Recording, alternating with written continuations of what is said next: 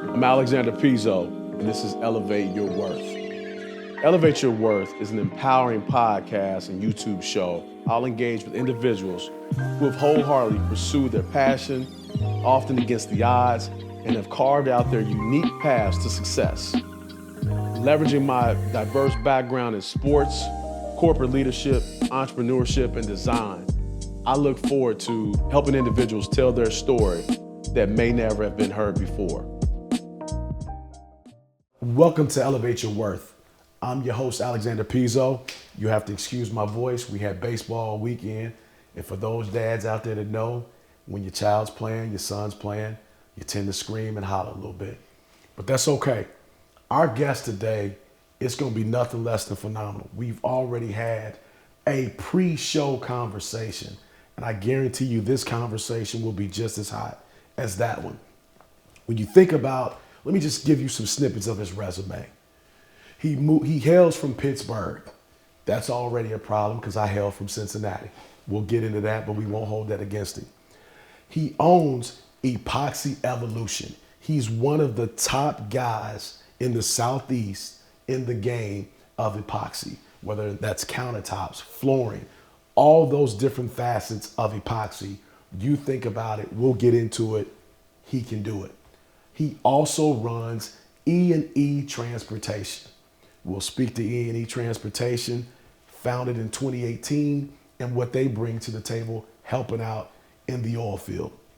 Without further ado, it's my special guest, Andre Harris. Dre, how you doing, man? Hey, I'm finding yourself, man. Good to see you, brother. Good to see you, man. Thanks for inviting me in, you don't have to give me the corporate shake, man. We can Good to see you, man. Good to see you. So listen, man, in bringing you on, it means a lot, and here's why. One, we kind of had a chance encounter. We were introduced to one another. Your sons happened to play for me. I call them the E&E boys, Easton and Emory. You bring them to me for training. But more importantly, we start getting to cultivate a relationship and have conversations away from just our sons. Talking business, talking family, life, work-life balance.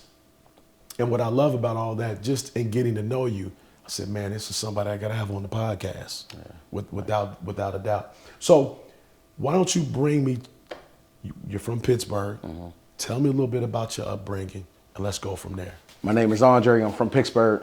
I came up kind of rough. My dad, he went to jail before I was born.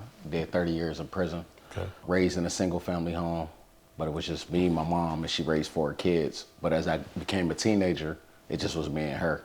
Went through a lot, seen a lot, just growing up in the worst of the worst. She tried to make it better, but just being her, she just couldn't. So as a young age, I had to figure it out for both of us. Right. Coming up, you know how that is in the streets. Oh, yeah. Just trying to figure it out. So I got to high school, took my SATs, did real good.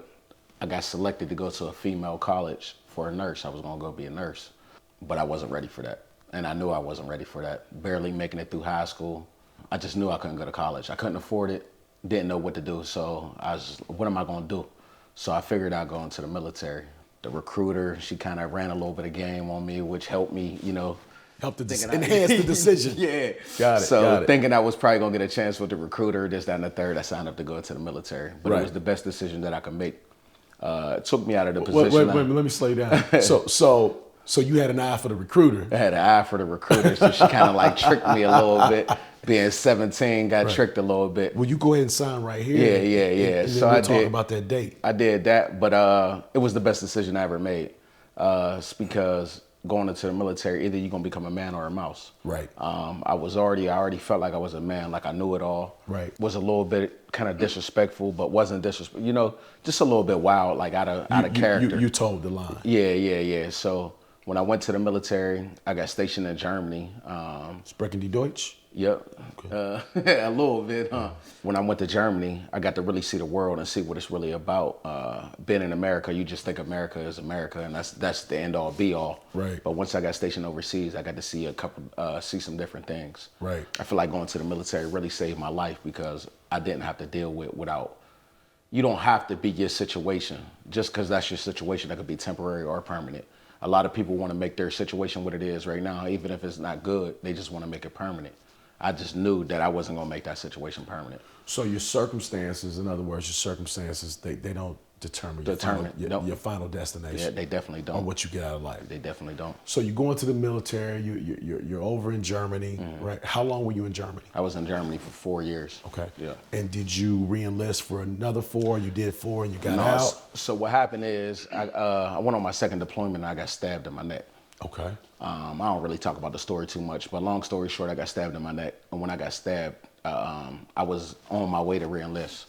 When I was on my way to re-enlist, they were supposed to send me to Georgia. I wanted to get stationed in Georgia. It's crazy, we live here now.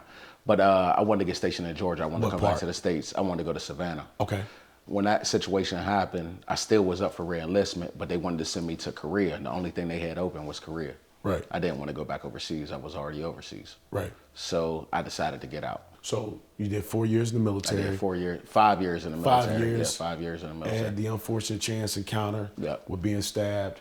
So you get out of the military. So this puts you, based on what you just gave me, that's 21, 22, right? Yeah, I was about 22 when I got out. So you get out at 22, still a lot of life at 22. Yeah. So now, it's like we see a lot of guys that go off to college. They go off to college, they play ball, right? Go to school, and what do they tend to do?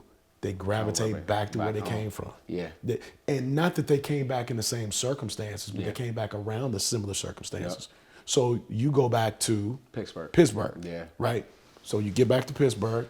Take me from there. So I get back to Pittsburgh. I kind of felt trapped. It's like a black hole. Like you're going back into the same situation you was already in. So Sounds familiar. no, yeah. So me personally, I knew I couldn't stay here. I'm gonna just be who I was before, or I'm just gonna be with everything around me. Right. So I decided, like, let me get up out of here. So when I was in the military, I made a couple connections. Good people meet good people. So I made a couple connections and I wound up becoming a government contractor. So I got a job with government contracting.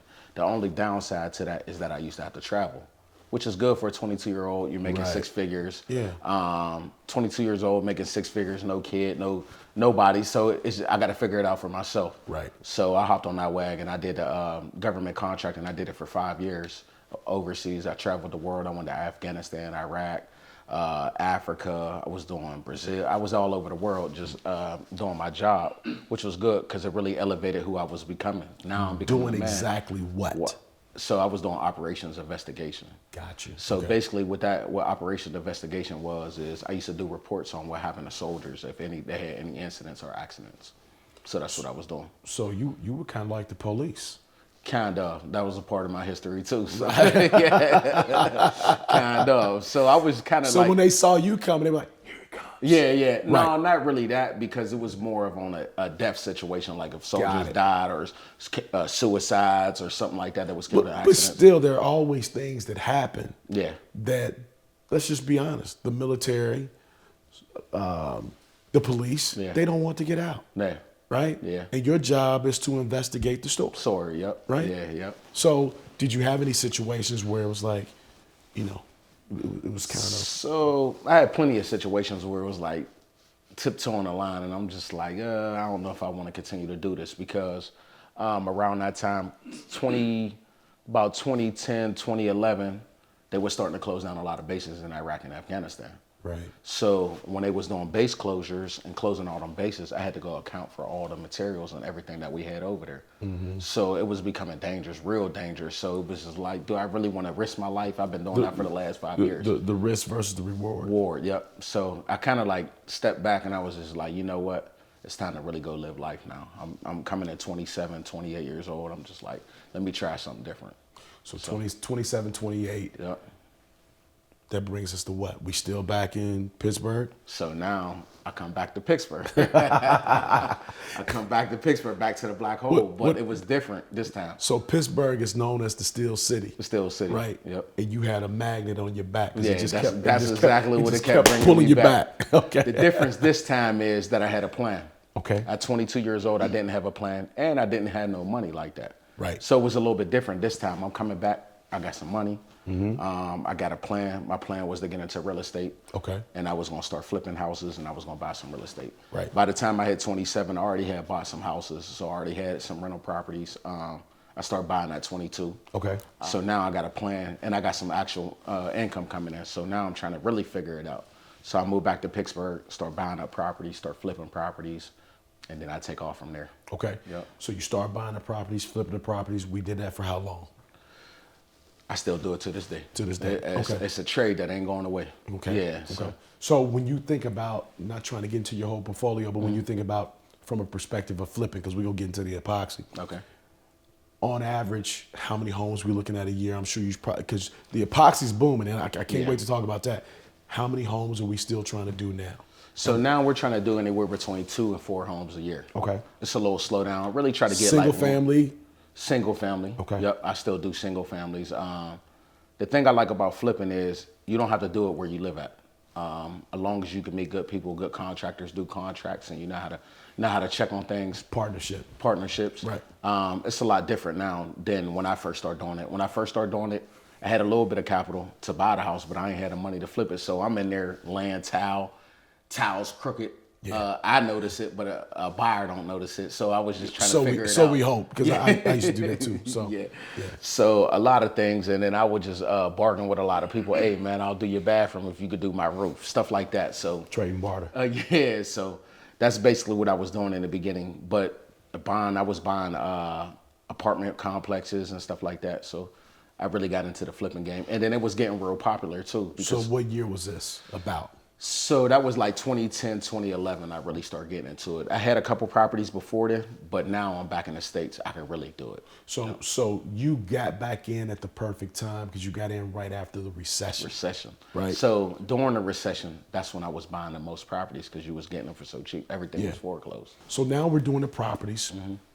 Where does that take us? We're still doing the properties. So the thing about the properties, what I start realizing, it was all good until we start hitting the pandemic with the properties. So 21? 21. Okay. So during 21, I had a lot of properties rentals.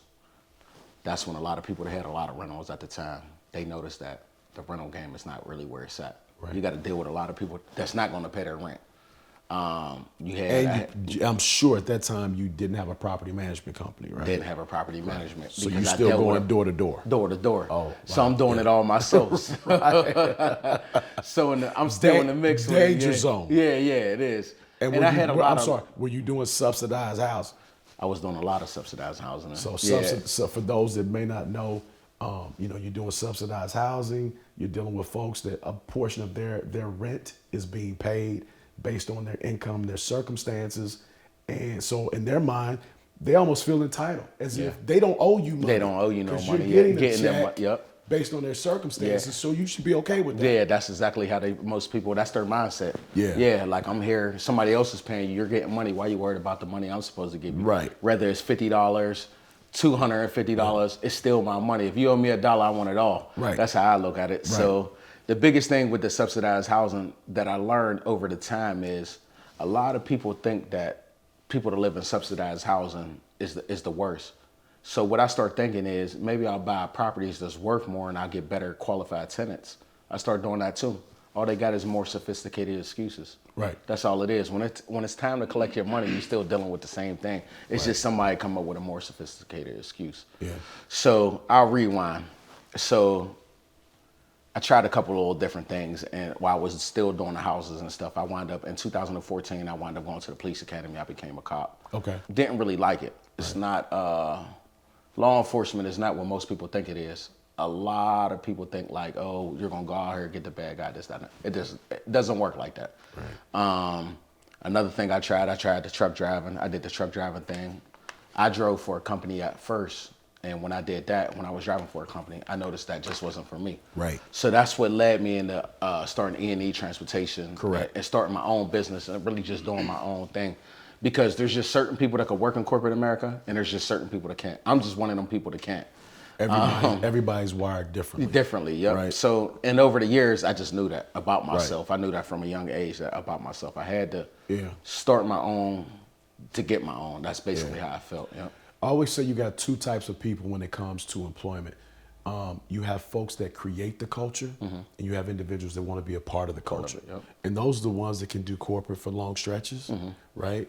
They may switch to another company, and think it's great. Yeah. And then they realize that culture is cyclical. Yeah. You know, you get in for about 2 or 3 years somewhere and it's, well, you keep switching. Or you can create your own culture, whether that's being a single employee, employing individuals, and you can build, grow, and scale your company. Yeah. Which brings us to Epoxy Evolution. Yep. That's my baby right So- there, Epoxy Evolution. So Epoxy Evolution. So I'm on Instagram, right? IG, and I'm seeing this guy with DSD. Yeah. Right.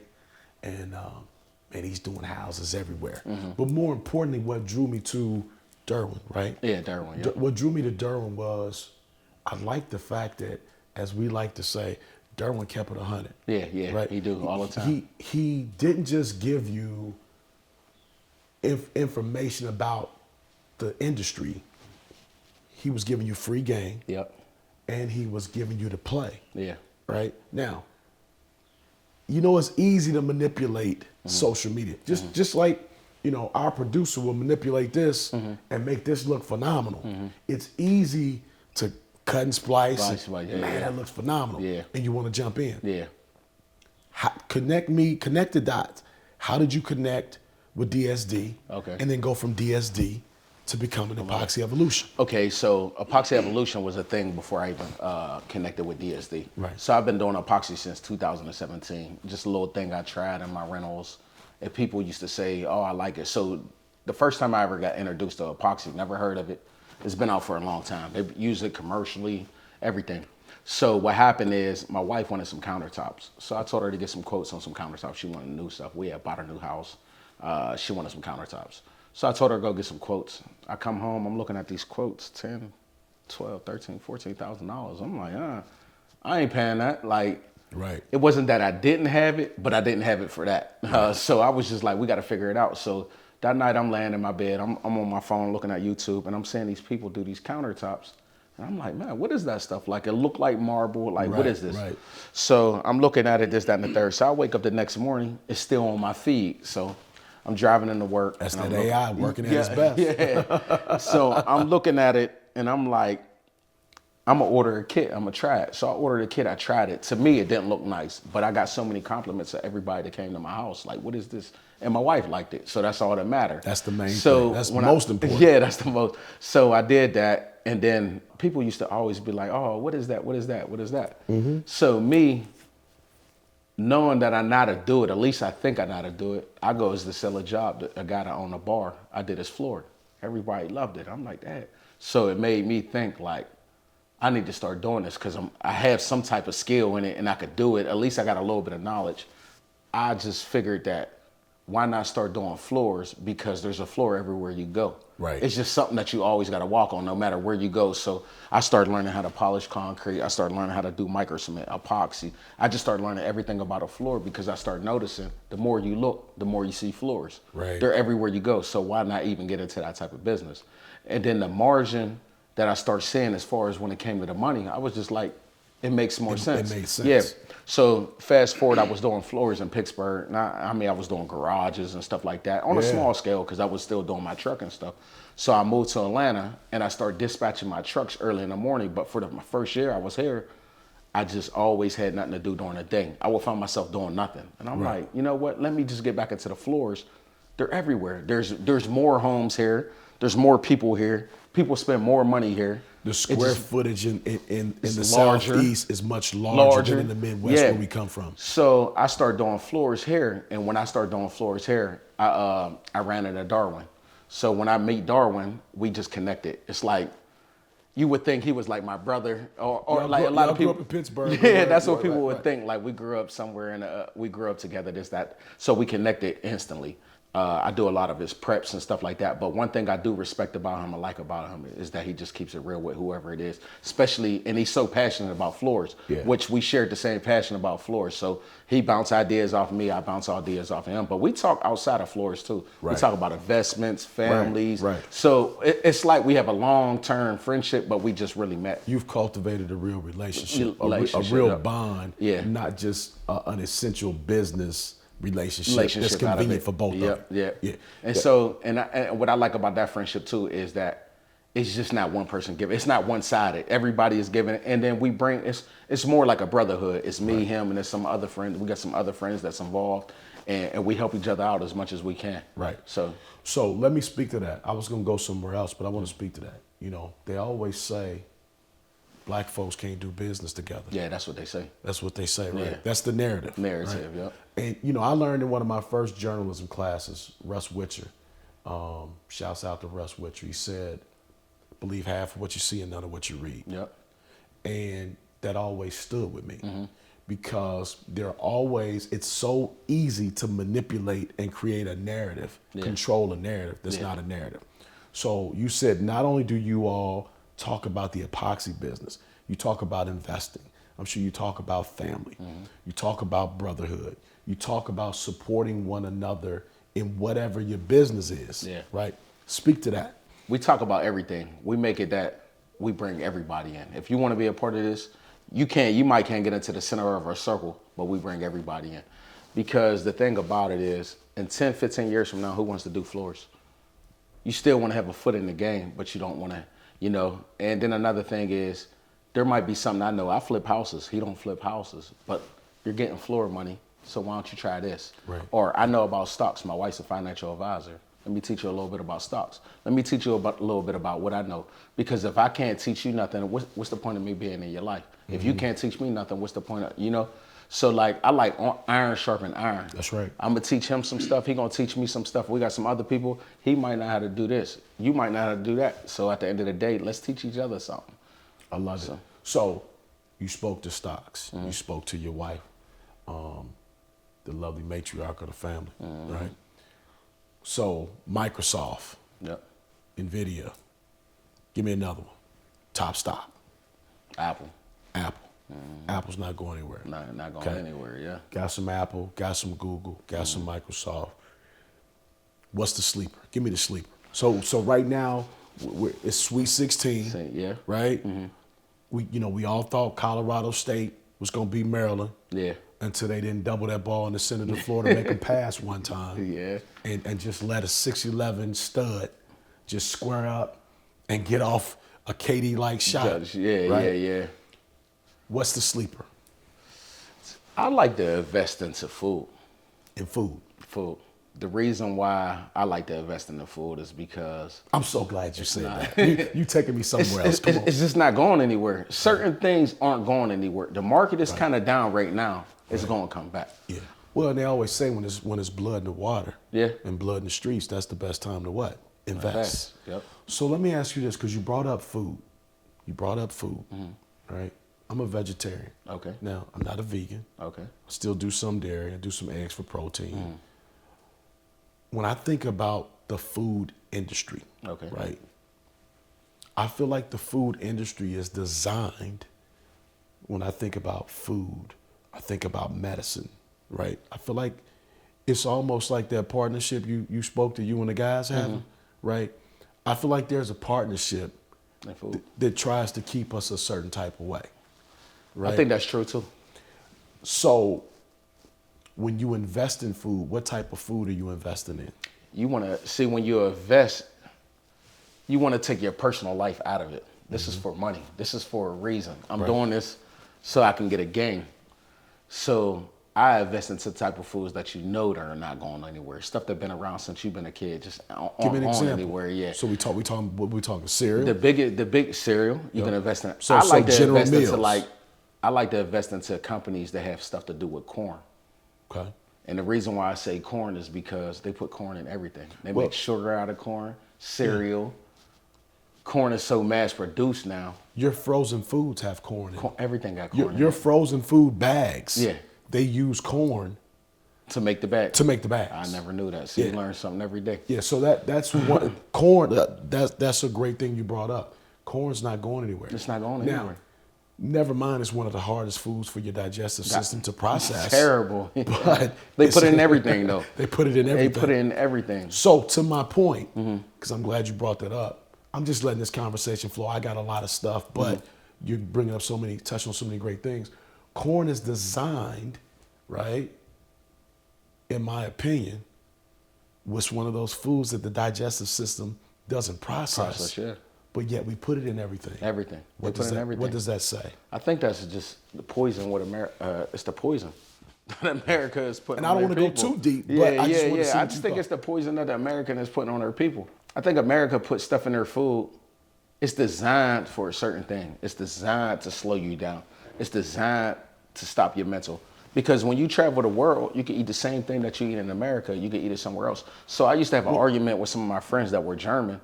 They used to be like, oh, Americans are so obese and this, that, and the third. And at the time, I'm 18 years old. I'm built like a, you know what I'm saying? So at the end of the day, I'm like, oh, I don't know what y'all talking about. But then when I came to the States and looked at the people from Germany versus the people in the States, and I'm like, It made sense. it made sense. But I'm like, how do these people eat all this bread? They eat bread with everything. Bread this, bread.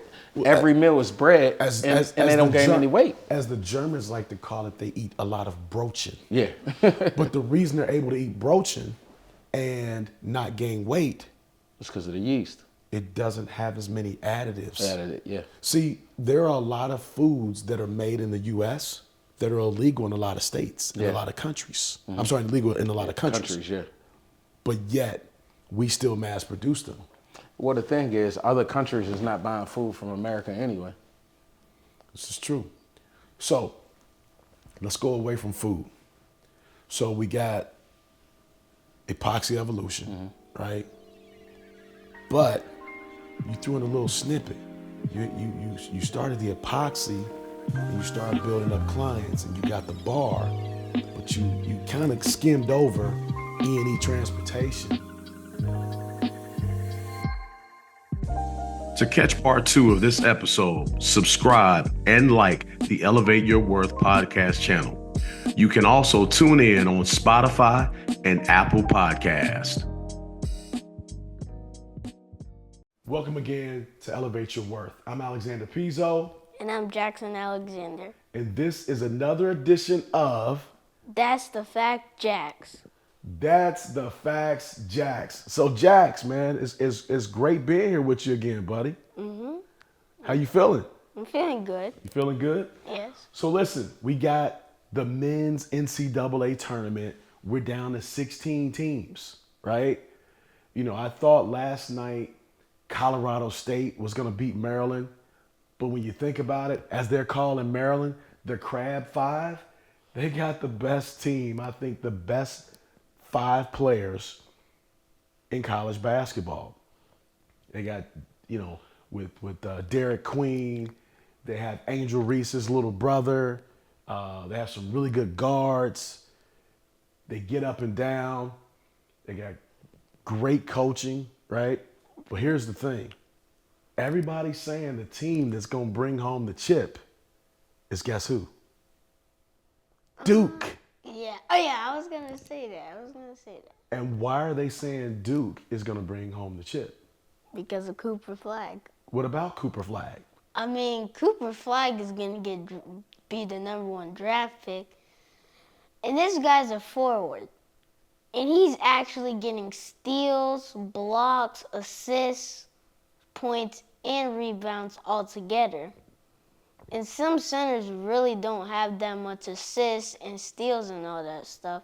And it's crazy that this guy actually gets steals. He's very versatile, right? That's what they call a guy that's very versatile. He's a 6'8", 6'9". He can handle the ball. He can pass the ball. He can defend multiple positions. He can score the basketball. A unanimous consensus first team All-American this year. Most say he's going to be the #1 draft pick, right? I still think, I could be wrong, I don't think he's going to be the #1 draft pick, not meaning Cooper Flag. I still think Ace Bailey and Dylan Harper are going to be much better pros than what they've shown in college in terms of their career at Rutgers. Hold on. I was going to mention those two because I was looking on that research and it said Dylan Harper and Ace Bailey, and I was thinking they probably not going to be far behind Cooper Flag too. So they good players. So you got Ace Bailey, 6'10", Chattanooga, moved to Atlanta. You got Dylan Harper, the son of a former pro, and Ron Harper, who won multiple championships, got drafted by the Cleveland Cavs, played it collegiately at Miami of Ohio, the Redskins.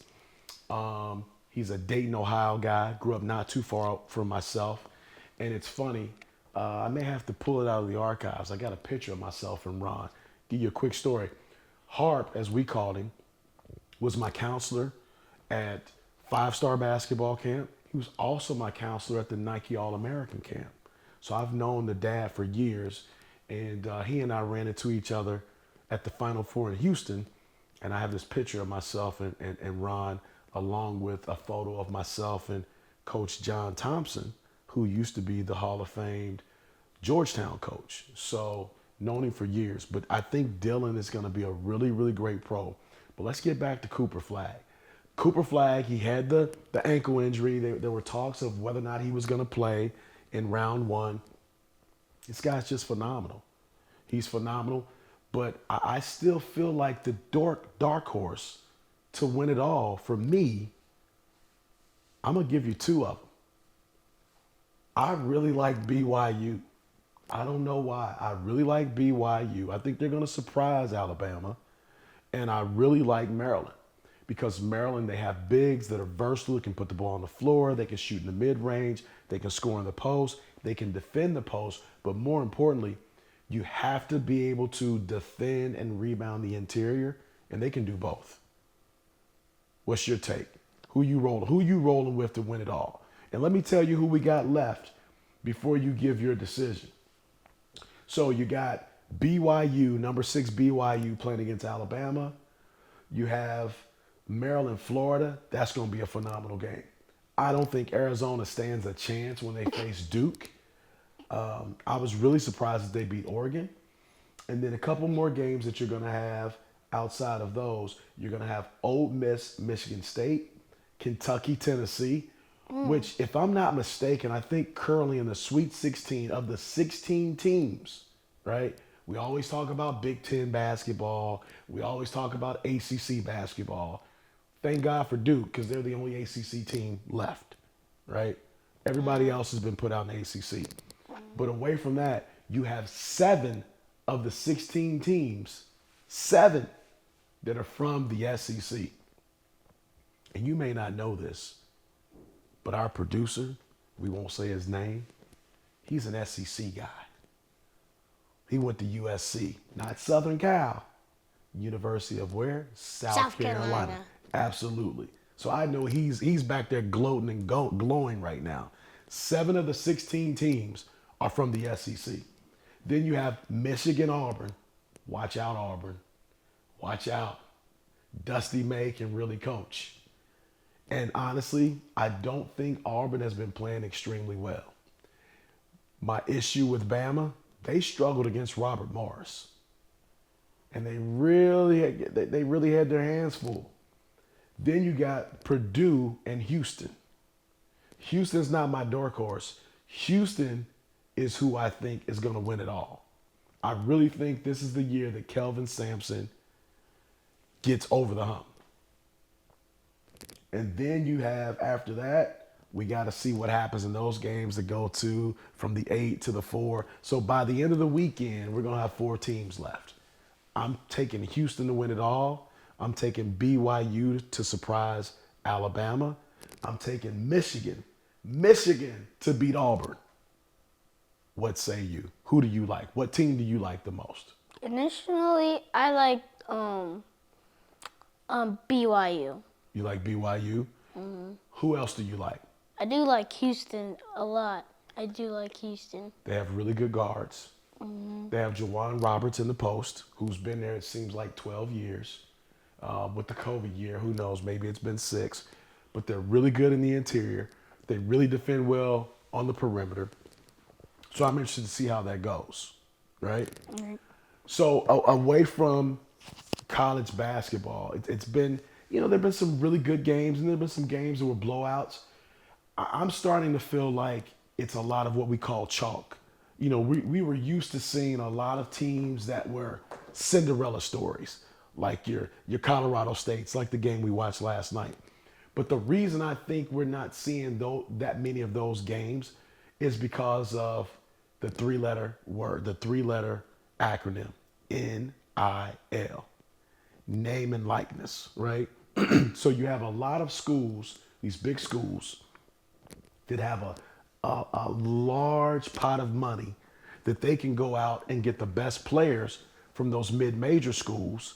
And when they go get those players from mid-major schools, now those kids help the big schools win. And it takes away from the talent pool that they recruited because they didn't have the pocketbook to, it's like me writing you a check and saying, go buy all the roadblocks you want. Go buy what's the games you like? What's some of the games? Madden. Go buy Madden. All that stuff. You can go do that, right? Well, they don't have that type of money. So with not having that type of money, they're losing their top players. So when they lose their top players, so prime example, Duke picked up a kid from a school that wouldn't have been at Duke pre-NIL. So it's really hurting the mid-major. So I'm gonna say, and this wasn't even on the script for us to talk about, I think in the next 5 years, if you can't give the mid-majors a large enough endowment and pot of money from the collective and the school for NIL to compete at this level, we need to start considering having a high major NCAA Final Four and a mid-major NCAA Final Four. Get rid of all the college basketball series, the NIT, put all those schools, some of those schools that didn't make it on the high major level, and then some of those schools at the mid-major level, put them in a separate tournament. Give these teams an opportunity to compete, because if they don't have the NIL money, they have no chance of competing moving forward. So that's that. Let's talk in terms of the SEC. The SEC has been unbelievable. We know the SEC is a football conference, right? Yes, and they're dominant. They're dominant in football. You got Georgia, Alabama. you got Bama. Who else you got? LSU, Tennessee, Auburn. Oh yeah, Auburn. They ain't bad. South Carolina's not bad. Missouri. Yeah, Missouri. Don't forget about Mizzou. Hey. Okay, I'm sorry. Hook 'em horns. Texas. Oh shoot, Texas. Hook 'em horns. So that's enough. They get the Yeah, point. The SEC's loaded. It's no longer a football conference. It's now a basketball conference. And in knowing that, let me ask you a question. So the ACC is down. The ACC had 3 teams. At Maryland. No, they're in the Big Ten now. That's right. Maryland's in the Big Maryland's Ten. in the Big Ten. So they had Duke, North Carolina, who should have never gotten the tournament. Nope. And I'm missing one team that was beat in the first round. It'll come to me. But they only had 3, is my whole point, right? We're used to the ACC having 7, 8, 9 teams. That's the old ACC. That's Dean Smith. That's Roy Williams. That's that genre of that time frame of the ACC. The poor SEC, the poor Big East with your St. John's and Creighton's and those schools. It's no longer what it used to be. So in knowing that we no longer have a big time ACC conference in basketball or football, and we no longer have a big time Big East conference, right? Do you think we consider combining the 2 conferences at this point in time so that you can make a really, really good, strong conference to get not only more rivalry games, more competition, but more people into the tournament? Yeah. So if you were on the committee, what would your argument be for putting more teams, putting those 2 conferences together? Because keep in mind, you're going up against the Big Ten, which is huge, and you're going against the SEC. So what would you do if you were over the Big East and ACC? What would your argument be for joining those two conferences to make one big conference? First of all, to have more rivalries, have more teams in the conference. I I don't care about the Big Ten or ACC right now. You mean the Big East? I mean the Big East right Okay. now. So, I mean the Big East back in the day. I mean, they were pretty good. Georgetown, Syracuse, yeah. Villanova, St. John's, Boston College. I mean, they just go on and on and on and on and on, right? Pitt. All these schools were really good. Yeah. But everybody's chasing football money, so they keep restructuring the conferences, and it's really taken away the pure essence of what, in my opinion, collegiate athletics was part of it was all about. It's playing those schools in a region, and then you had a couple of games outside of that region that were really big time games. But now it's, hey, let's put Oregon in the Big Ten and have Oregon and UCLA go play Ohio State and go 2,000 miles, 3,000 miles across the country, right? So if the ACC and the Big East, if they don't find a way to align, guess what happens? Less and less of those schools get bids in the tournament.